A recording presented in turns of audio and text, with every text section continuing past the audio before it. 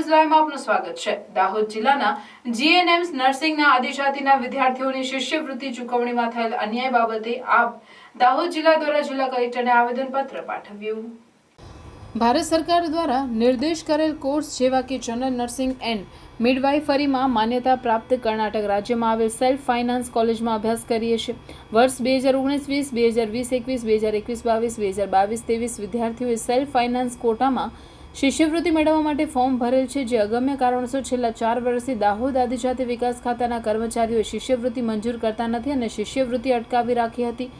અગાઉ પણ કેટલીક ઉગ્ર રજૂઆતો, કેટલી અરજીઓ કલેક્ટર કચેરીએ કર્યા બાદ પણ શિષ્યવૃત્તિ મંજૂર કરવામાં આવી નથી, જે બાદ ચકાસણી કરીને ઘણા બધા વિદ્યાર્થીઓની ઘણા મહિનાથી સ્કોલરશિપ મંજૂર કરીને એપ્રુવ બાય ઓથોરિટી સ્ટેટસ બતાવે છે, જેઓની પણ સ્કોલરશિપ જમા કરતા નથી અને કહે છે કે ચકાસણી ચાલુ છે અને વિદ્યાર્થીઓની કોલેજ કર્ણાટક રાજ્યમાં આવેલ છે। ઉપરાંત છેલ્લા 4 વર્ષથી વિદ્યાર્થીઓને એવું કહેવામાં આવે છે કે ચકાસણી ચાલુ છે, તો શું 4 વર્ષથી ચકાસણી જ કરતા હશે? દાહોદ જિલ્લાના અધિકારી અક્ષય ઝારે દ્વારા એવું કહેવામાં આવ્યું હતું કે ગાંધીનગર વડી કચેરીથી તન્મય પટેલ સાહેબે ચૂકવણું કરવાનું ના પાડેલ છે।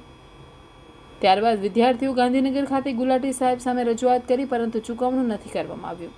ત્યારબાદ તન્મય સાહેબની બદલી ગાંધીનગરથી દાહોદ ખાતે કરવામાં આવી છે, જેઓએ પહેલાં એવું કીધું કે તમારી માર્કશીટ ખોટી છે, તો અમે ઓરિજિનલ લઈને આવો તો ચૂકવણું કરીશ। ઘણા વિદ્યાર્થીઓએ ઓરિજિનલ માર્કશીટ પણ બતાવી તો પણ ચૂકવણું નથી કરતા। ત્યારબાદ કહેવામાં આવ્યું કે તમારું ગવર્મેન્ટ ફ્રી સ્ટ્રક્ચર ખોટી છે એવું કહે છે। એના પુરાવા માટે ઘણી બધી કોલેજોમાંથી ઓફિશિયલ મેલ આઈડી પરથી મોકલેલ છે, આચાર્ય તરફથી વોટ્સએપ પણ કરેલ છે, તો પણ કહે છે કે તે ખોટું છે। ત્યારે વિદ્યાર્થીઓએ કીધું કે જે ખોટું હોય તે લેખિતમાં આપો, કે જેથી વિદ્યાર્થીઓ કોલેજમાં રજૂઆત કરી શકે, પરંતુ કંઈ પણ અધિકારી લેખિતમાં આપતા નથી અને આ બધું ખોટું છે એમ જ કહે છે। ઘણા વિદ્યાર્થીઓ રૂબરૂ રજૂઆત કરવા ગયા હતા તો તેઓને કહે છે કે મને પૂછીને મારી ઓફિસમાં પ્રવેશ લીધો, તમારે ફી ક્યાંથી ભરવાની એ તમારે જોવાનું છે, તેવો જવાબ આપે છે। ઘણા બધા વિદ્યાર્થીઓના અભ્યાસ પૂર્ણ થઈ ગયેલ છે, પરંતુ શિષ્યવૃત્તિ ના મળવાના કારણે કોલેજમાં ફી ભરી શકતા નથી અને કોલેજમાંથી ડોક્યુમેન્ટ આપવામાં આવતા નથી। ઘણા બધા વિદ્યાર્થીઓએ પહેલા વર્ષની પરીક્ષા આપેલ છે, જેઓને બીજા વર્ષની પરીક્ષા આપવા મળતી નથી। દાહોદ આદિજાતિ તકેદારી વિકાસ ખાતાના કર્મચારીઓ દ્વારા વિદ્યાર્થીઓ સાથે અન્યાય કરવામાં આવી રહ્યો છે। શું એક રાજ્યમાંથી બીજા રાજ્યમાં અભ્યાસ માટે જવું ગુનો છે? વિદ્યાર્થીઓની આર્થિક પરિસ્થિતિ નબળી હોવાના કારણે વિદ્યાર્થીઓને શિષ્યવૃત્તિના આધારે અભ્યાસ કરવો ગુનો છે? જો વિદ્યાર્થીઓને કોલેજમાં ફી શિષ્યવૃત્તિ ના મળવાના નહીં ભરી શકશે, ત્યારે વિદ્યાર્થીઓનું ભવિષ્ય બગડશે, તો તેના માટે જવાબદાર કોણ? તકેદારીની કચેરી દ્વારા વર્ષ અંદાજિત 2008થી વર્ષ 2019 સુધી રેગ્યુલર શિષ્યવૃત્તિની ચૂકવણી કરવામાં આવી હતી, પરંતુ અચાનક જ વર્ષ 2019થી બંધ કરી દેવામાં આવેલ છે અને તે સમયના અધિકારી અક્ષય ઝારે પૂછવામાં આવતા વિદ્યાર્થીઓએ જણાવ્યું હતું કે વડી કચેરીથી તન્મય સાહેબે મને ના પાડેલ છે કે ચૂકવણું કરવું નહીં, ચૂકવણું ના કરવાનો ભારત સરકારનો કોઈ પણ ઠરાવ નથી। એવા આક્ષેપો સાથે દાહોદ જિલ્લા વિદ્યાર્થીઓના સમર્થનમાં આવી જિલ્લા કલેક્ટરને આવેદનપત્ર પાઠવી રજૂઆત કરી હતી। તો ગયા વખતે પણ આવેદન આપ્યું ગાંધી જીએનએમ નર્સિંગ માટે બીજા રાજ્યોમાં આદિજાતિ હવે એમાં આ લોકોએ અગાઉ ગયા વર્ષે રજૂઆત કરી હતી, ગાંધીનગરથી અહીં થઈ ગઈ છે, પણ હજી સુધી અહીંથી આપવામાં આવતું નથી। વારંવાર રજૂઆત કરવા છતાં કોઈ જવાબ નહોતો, બાળકો ધમકાવે છે। હા સાહેબ તન્મય સાહેબ છે એવું કે મને પૂછીને એડમિશન લીધું એવું કહે છે અમને તો અમે અમારી ફ્રેન્ડ સર્કલમાંથી જ એડમિશન લીધું। અમારા ઘરને પરિસ્થિતિ ખરાબ હોવા છતાં એટલા માટે અમે ત્યાં એડમિશન લીધું હતું। અમારા ફ્રેન્ડોને તો જે અગાડી ભણતા હતા ને એ લોકોનું તો થઈ ગયું, તો અમારું પણ થઈ જશે એમ કરીને અમે ત્યાં ગયા। અમને ફર્સ્ટ યરનું તો એક્ઝામ આપવા દીધી, પછી 2 વર્ષની એક્ઝામ નથી આપવા દેતા, બેસવા જ નહીં દેતા। સ્કોલરશિપ માંગે તો સ્કોલરશિપ માટે અમે અહીંયા ધક્કા ખાઈએ, ત્યાં ધક્કા ખાઈએ, કેટલીક ધક્કા ખાઈએ સર તમે। પછી અમે શું કરીએ? અમે સ્કોલરશિપ થાય તો અમે દાહોદમાં બી કોઈ જગ્યા પર અમે જોબ કરી શકીએ। ઘરના એવું કે છે મરી જાઓ કે શબ્દ બોલે છે, તો મરી જઈએ અમે? બોલો સર, હવે તમે કહો। અને બીજા જિલ્લામાં સાહેબ મળી ગયેલી બધા જગ્યાએ મળી રહેલી છે। બાકી કઈ જિલ્લામાં મળેલી છે બધું છે। હા સર, પહેલાં અહીંયા આવેદન આપેલું, અમે કલેક્ટર કચેરીમાં બી આપેલું। આ છે સુરત જિલ્લામાં આપેલી છે, આરટીઆઈની માહિતી છે। આ મહીસાગર નજીકના મહીસાગર જિલ્લાના એમનો પ્રશ્ન એ છે કે બહાર રાજ્યવાળાને આપી છે બીજા પણ ત્યાં મને જેટલું જાણ હતી કે ત્યાં નોન એફઆરસી વાળા કોલેજીસ વાત કરતા હતા નહીં નોન ત્યાં એફઆરસી છે ત્યાં કોલેજ?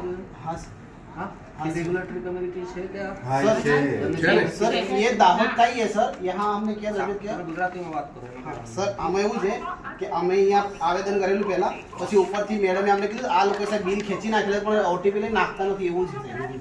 ઉપરથી થઈ ગયું છે, અહીંયાના જ વિદ્યાર્થીઓનું છે, અમારું જ છે, એવું છે।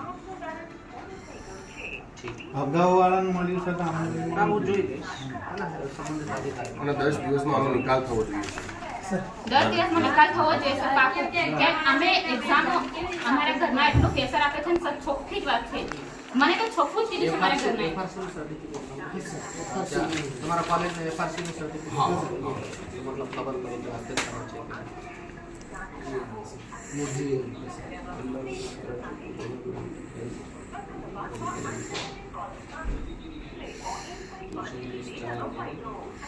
આજ રોજ દાહોદ જિલ્લાના કલેક્ટર કચેરીએ કલેક્ટર સાહેબને જીએનએમ નર્સિંગ કોલેજવાળા વિદ્યાર્થીઓ ભાઈઓ અને બહેનો આવેદનપત્ર આપવા માટે અહીં આવ્યા છે, ત્યારે અમે આમ આદમી પાર્ટી વતી એમને ટેકો કરીએ છીએ અને સરકારને જાણ કરીએ છીએ કે આ જો બાળકો કોઈ પણ પગલું ભરશે ત્યારે એ સરકારની જવાબદારી હશે અને આ જે બાળકોની માંગ છે કે તેમને શિશુવૃત્તિ આ 3 વર્ષથી એ લોકો દરેક કચેરીઓમાં ફરીને સરકારને રજૂઆત કરી રહ્યા છે। ગાંધીનગર તેઓ રજૂઆત કરી છે તો તેઓ દાહોદ કાઢે છે અને દાહોદવાળાને રજૂઆત કરે તો ગાંધીનગર કાઢે છે। એના કારણે આ બાળકો અત્યારે એક તો પોતાની શિક્ષણ છોડીને અત્યારે સરકારની પાછળ પડેલા છે, તો સરકારને મારી નમ્ર અરજ છે કે આ બાળકોનું ધ્યાન આપે અને જો ના આપે તો આ 10 દિવસમાં અમે ઉગ્ર આંદોલન પણ કરીશું આમ આદમી પાર્ટી વતી અને અહીંયા આ બાળકો ધરણા પર બેસવાના છે અને કોઈ પણ બાળક જો આત્મહત્યા કરશે તો આ દાહોદ જિલ્લામાં જેટલા પણ ભાજપના ધારાસભ્યો હોય, સંસદ સભ્યો હોય, જિલ્લા પંચાયત સભ્યો હોય તેમના ઘરોનો પણ આમ આદમી પાર્ટી ઘેરાવો કરશે એવી અમારી માંગ છે। જય જોહાર, જય આદિવાસી। હું નર્સિંગમાં એડમિશન લીધેલું છે રૂઈ સ્કૂલમાં બેંગ્લોરમાં લીધેલું છે બીડર ગામમાં। મારી 3 વર્ષથી સ્કોલરશિપ આવી નથી। હું એક્ઝામ આપવા તો જાઉં છું પણ મને એક્ઝામમાં બેસવા નહીં દેતા। ફર્સ્ટ યરમાં મને એક્ઝામ ક્લિયર કરવા દીધું, સેકન્ડ યરમાં 2020માં મારું એડમિશન લીધેલું છે।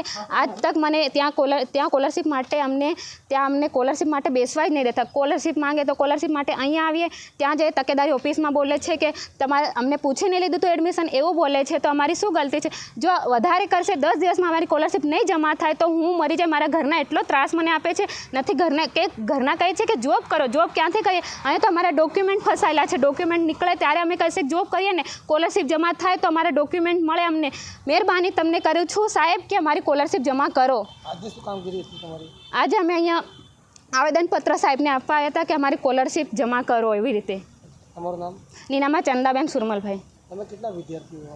અમે એવા 70 જણા સ્ટુડન્ટો છીએ કે એકની પણ સ્કોલરશિપ જમા થઈ નથી। આજ પછી જો 10 દિવસમાં સ્કોલરશિપ જમા નહીં થાય તો કાં તો અમે મરી જઈશું કાં તો તમે સ્કોલરશિપ જમા કરો, આટલી આવેદન કરીએ છીએ।